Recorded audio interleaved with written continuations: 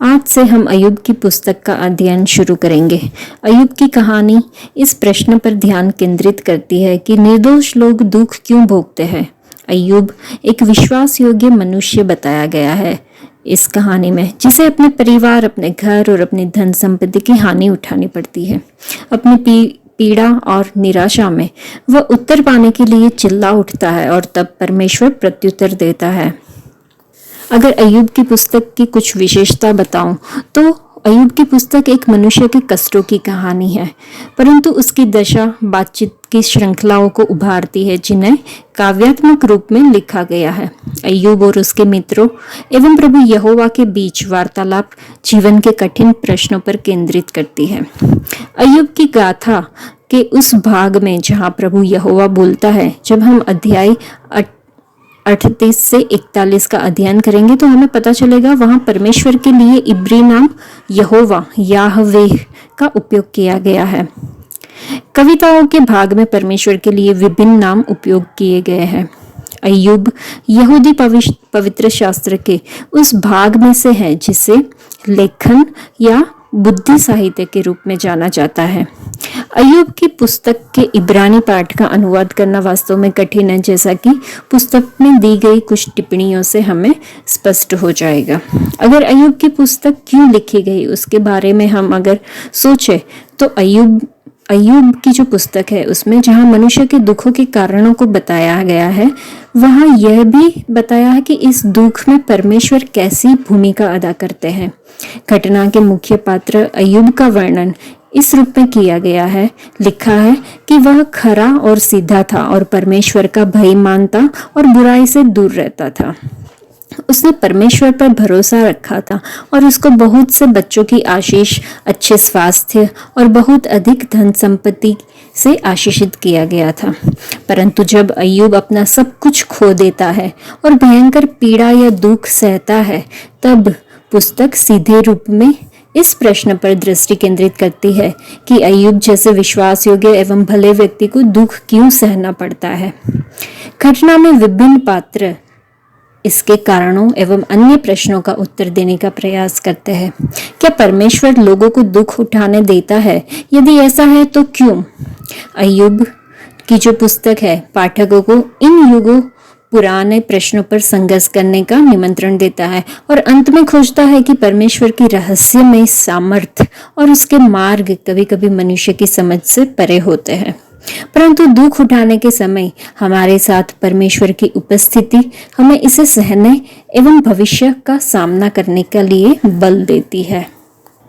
अय्यूब की पुस्तक जो है वो कुछ बातों को समझने में हमारी सहायता प्रदान करती है। परमेश्वर के पास ही शैतान के ऊपर इस बात की सामर्थ्य है कि वह क्या कर सकता है और क्या नहीं कर सकता।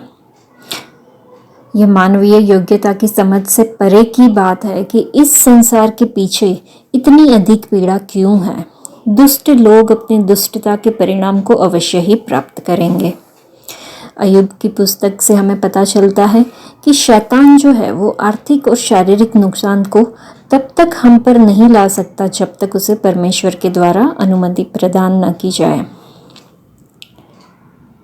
हो सकता है कि पीड़ा को कई बार हमें जीवन में शुद्धता, जांच, शिक्षा या हमारे प्राणों को सामर्थ्य करने के लिए आने दिया जाए परमेश्वर के द्वारा। परमेश्वर हमारे जीवन की सारी परिस्थितियों में हमारे लिए पर्याप्त रहते हैं और हमारे प्रेम और स्तुति को बनाए रखने का निवेदन करते हैं, और क्योंकि हम इसे प्राप्त करने के लिए योग्य भी है। पुस्तक जो है ये उत्पत्ति का उसमें हम स्वर्ग के एक दृश्य के साथ आरंभ होता है, जहाँ पर शैतान परमेश्वर के सामने अय्यूब के ऊपर दोष लगाने के लिए आता है। वह निश्चय पूर्वक कहता है कि अय्यूब परमेश्वर की सेवा केवल इसलिए करता है क्योंकि परमेश्वर उसको सुरक्षा प्रदान करता है, और वह अय्यूब के विश्वास और निष्ठा की परीक्षा लेने के लिए परमेश्वर से जांच की अनुमति मांगता है। परमेश्वर उसे अनुमति केवल निश्चित सीमाओं में ही रहते हुए प्रदान करते हैं। धर्मी क्यों दुख उठाते हैं? अय्यूब के द्वारा अपने परिवार, संपत्ति और स्वास्थ्य को खो देने के पश्चात इसी प्रश्न को पूछा गया है। अय्यूब के 3 मित्र का यहाँ पे हम वर्णन देखेंगे, इलिपज, बिल्दद और सोपर। उसको सांत्वना देने आते हैं अय्यूब को, और उसके ऊपर विपत्तियों के द्वारा उसे कुचल देने वाली जो श्रृंखला चलती है उसके ऊपर चर्चा करने के लिए उसके पास आते हैं। वे दृढ़ता पूर्वक कहते हैं कि उसके दुख उसके जीवन को पापों का दंड है। यद्यपि अय्यूब इन सब में भी परमेश्वर के प्रति समर्पित रहता है और दावे के साथ कहता है कि उसके जीवन में किसी तरह का कोई पाप नहीं है। एक चौथा व्यक्ति एलीहू, जो अय्यूब से कहता है कि उसे नम्र होने और स्वयं को अपने जीवन को शुद्ध करने के लिए परमेश्वर द्वारा उपयोग होने वाली परीक्षाओं में दे देने की आवश्यकता है। अंत में अय्यूब जो है वो स्वयं परमेश्वर से ही प्रश्न करता है और परमेश्वर की सर्वोच्चता और परमेश्वर के ऊपर पूर्ण भरोसे के लिए उसकी आवश्यकता के बारे में मूल्यवान शिक्षा को सीखता है। अय्यूब का तब स्वास्थ्य, खुशहाली और समृद्धि को उसके पहले की अवस्था से कहीं अधिक रीति से पुनर्स्थापित कर दिया जाता है। परमेश्वर उसे दुगनी आशीषों से आशीष देते हैं। अय्यूब की जो पुस्तक है वो हमें स्मरण दिलाती है कि पर्दे के पीछे, मतलब हम जिस संसार में अभी रह रहे हैं, हम जो चीज़ें देख रहे हैं, क्या हो रहा है क्या नहीं हो रहा है, वो सब के पीछे भी जो हम नहीं देख पाते ब्रह्मांडीय एक द्वंद्व चल रहा है, जिसके बारे में हम अक्सर कुछ भी नहीं जानते होते हैं। अक्सर हम आश्चर्य में पड़ जाते हैं कि क्यों परमेश्वर सब बातों को घटित होने देते हैं, और हम परमेश्वर की भलाई के बारे में पूर्ण चित्र को देखे बिना ही प्रश्न या फिर संदेह करने लगते हैं। अय्यूब की जो पुस्तक है हमें सभी परिस्थितियों में परमेश्वर के ऊपर भरोसा रखने की शिक्षा देती है। हमें परमेश्वर पर ही भरोसा करना चाहिए।